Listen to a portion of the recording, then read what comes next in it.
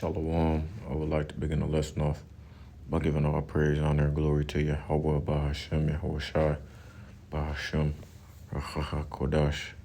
Double honors to the apostles, double honors to the elder bishops, at Great Millstone, who taught me this truth through the spirit and the power of Yahweh, Bahashem, Yahushai. Peace and salutations to the brothers out there pushing this truth, the 100% truth out there on the highways and the byways, the Hakim, as well as you few sisters out there listening and learning. Da'akwa to you also I say shalom. It is your brother, Ratzis Agabar, back with another lesson through this period. And it's a nice lesson. It's going to be real quick. Nonetheless, Lord willing, edifying. I'll be talking about the graphic on the screen right now. And pull out a few precepts and go on about my business. But nonetheless, this is a quick hit, real quick. So, it says Florida man arrested after claiming he was being bullied by a group inside a clubhouse. He called his cousin to bring a bag that had a blicky in it, but ended up deleting his cousin and shooting others. It says he later told police he had to get rid of the demons. It says Coleman said Gibson later told investigators he had to get rid of the demons. Police say Gibson shot 2 people inside the complex before fleeing. And this caption says he pretty much called his cousin for help to bring him a bag with a gun. They ended up killing his own cousin, and shooting at the guys he felt were bullying him. Investigators say a group was gathered outside when a fight broke out and escalated into gunfire, when Gibson later telling them he had to get rid of the demons. Police say he shot 2 people inside the complex before fleeing, and the violence spread beyond the property. So this is just a prime example of judgment. And when we say to you all, that the scriptures say there be spirits that are created for vengeance, this would be a good example of that, man. Spirits created for vengeance, right? Saying he has to get demons out, because when it's time for judgment to take place in a situation like this, people hold demeanor, they hold spirit can change, right?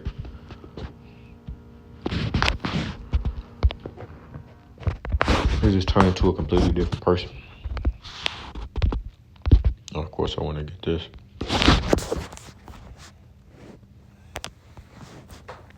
Ecclesiastes 39-28 says, we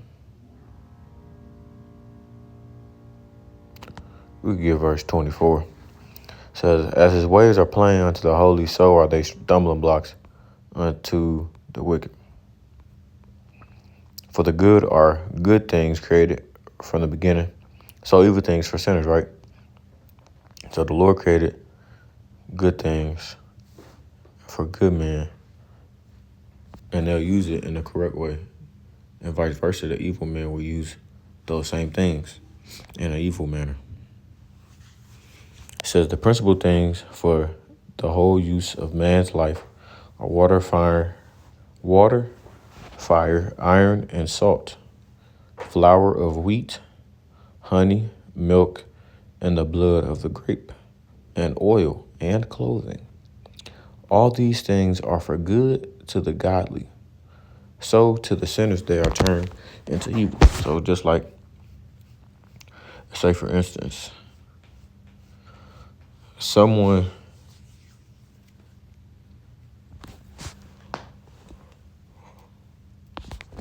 let me think of a good example. Let's say someone, for instance, this isn't a good example, but this is the only one I could think of that came to my mind. You use a car for transportation, right? To get to and from different places. That's the sole purpose of it. That's what it was designed and made to do. And in addition to that, so a good man will use that for transportation. An evil man could view it and use it as a weapon to harm or hurt somebody. right? Pretty much using it to hit them. That would be the a contrast or a evil way to look upon it, a way that an evil person would use it, right? Because it was never intended to do that. It was intended to be a vehicle that provides transportation. Now, going on to verse 28, says, there be spirits that are created for vengeance, meaning revenge, which in their fury lay on sore strokes. In the time of destruction, they power out their force, right? Like that guy said. He had to get them demons up off of him. And appease the wrath of him that made them. It says fire and hail and famine and death, all these were created for vengeance. All right, so that's why we always say, man, when a person perishes, you never know what they could have been doing in their life or even what they did in their past life, in their former life, because we know that spirits are ancient, right? These temples, these bodies that we're in right now are new, but our spirits are not new, right? We just have no remembrance of former things, okay?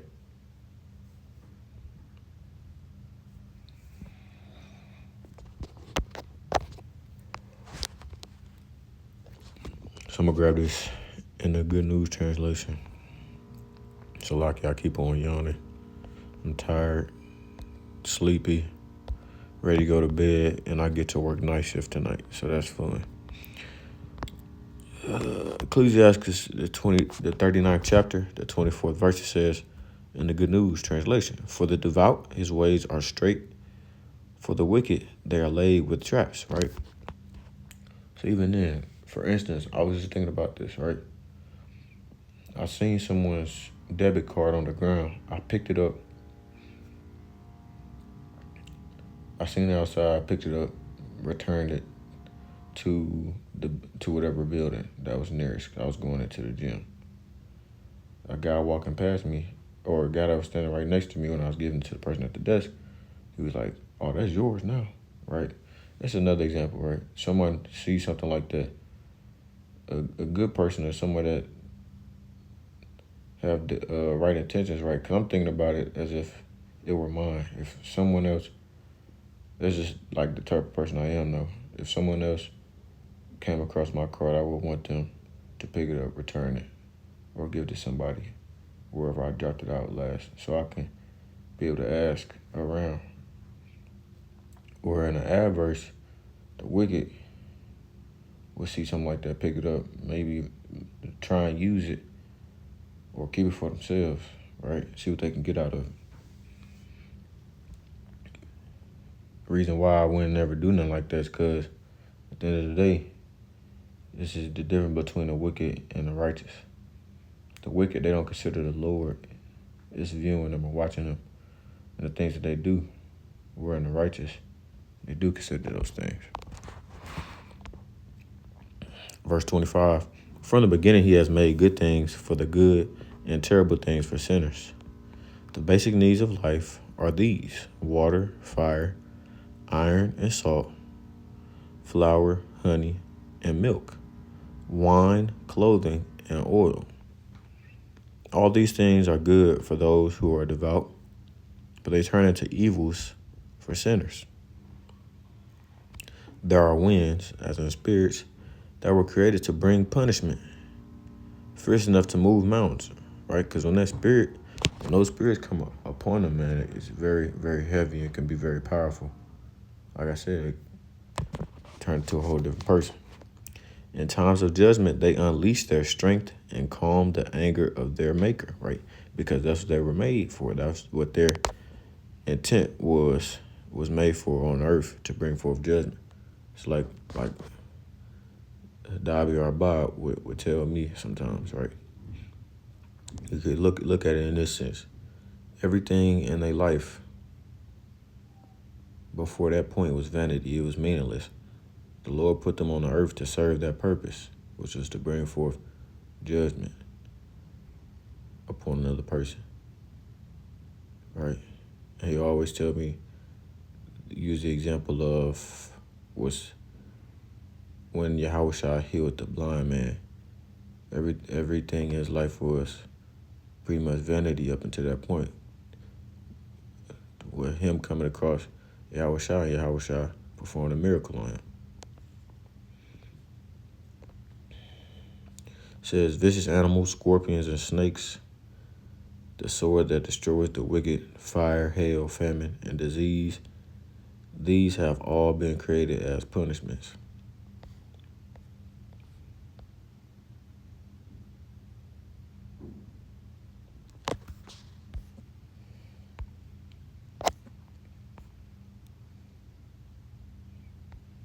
But you look at something like this, right?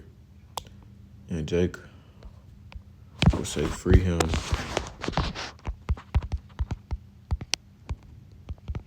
Right? Free him. I can't spell Barabbas.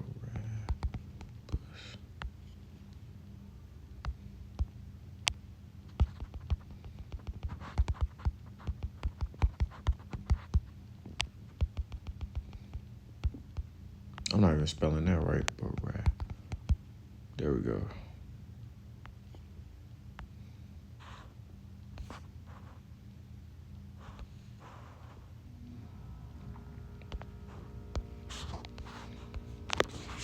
Matthew 27:15. Now at that feast, the governor was wont to release unto the people a prisoner whom they would.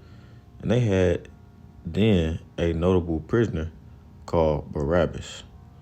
Therefore, when they were gathered together, Pilate said unto them, whom will ye that I release unto you, Barabbas or Yahushua, which is called Hamashiach? For he knew that for envy they had delivered him. When he was set down on the judgment seat, his wife sent unto him, saying, have thou nothing to do with that just man? For I have suffered many things this day in a dream because of him. But the chief priests and elders persuaded the multitude that they should ask Barabbas and destroy Yahushua. Now, mind you, Yahushua was a righteous man, right? A just man, as I just mentioned, who hadn't did nothing to none of these people. Barabbas, on the other hand, was a prisoner. Yahushua, they wanted to convict him or throw him in prison. It's because he was spreading the good news. The governor answered and said unto them, whether of the twain, meaning which of the two, will ye that I release unto you? They said, Barabbas. So they rather wicked as Jake be released, and a man that's striving for righteousness, or a just man such as Yahushua be in prison. Liken that unto our people today. Whenever a wicked Jake is locked up, free him till it's backwards. Free him. This nigga just killed somebody and shot 2 people. You talking about some free this nigga? No, execute this nigga. He deserved judgment. Pilate said unto them, what shall I do then with Yahushua, which is called Hamashiach? They all say unto him, let him be crucified. Right? Their own people, man. They put evil for good and good for evil. Let's get this in NLT. It says, verse 15, now it was the governor's custom each year during the Passover celebration, which were coming upon, to release one prisoner to the crowd, anyone they wanted. This year, there was a notorious prisoner, a man named Barabbas. As the crowds gathered before Pilate's house that morning, he asked them, which one do you want me to release to you, Barabbas or Yahushua, who is called Hamashiach? He knew very well that the religious leader had arrested Yahushua out of envy. Just then, as Pilate was sitting on the judgment seat, his wife sent him this message. Leave that innocent man alone. I suffered through a terrible nightmare about him last night. Meanwhile, the leading priests and the elders persuaded the crowd to ask for Barabbas to be released and for Yahushua to be put to death. So the governor asked again, which of these two do you want me to release it to you? The crowd shouted back, Barabbas. Pilate responded, then what should I do with Yahushua, who was called Hamashiach? They shouted back, crucify him, right? So best believe these same things are going to happen to us because the servant's not greater than the master. Yahushua is our master. And if Yahushua went through these things, we're going to have to go through it too.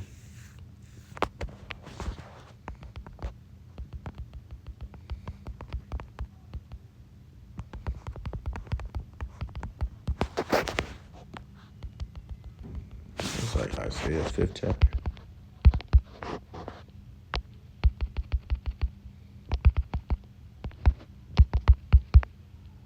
Yeah. Isaiah 5:20 says, woe unto them that call evil good and good evil, that put darkness for light and light for darkness, that put bitter for sweet and sweet for bitter. Right? Our people lack understanding. And we understand that, man. We've went over that a few times. So I'm going to go ahead and close it off there. Lord willing, the lesson was edifying to those out there listening and watching.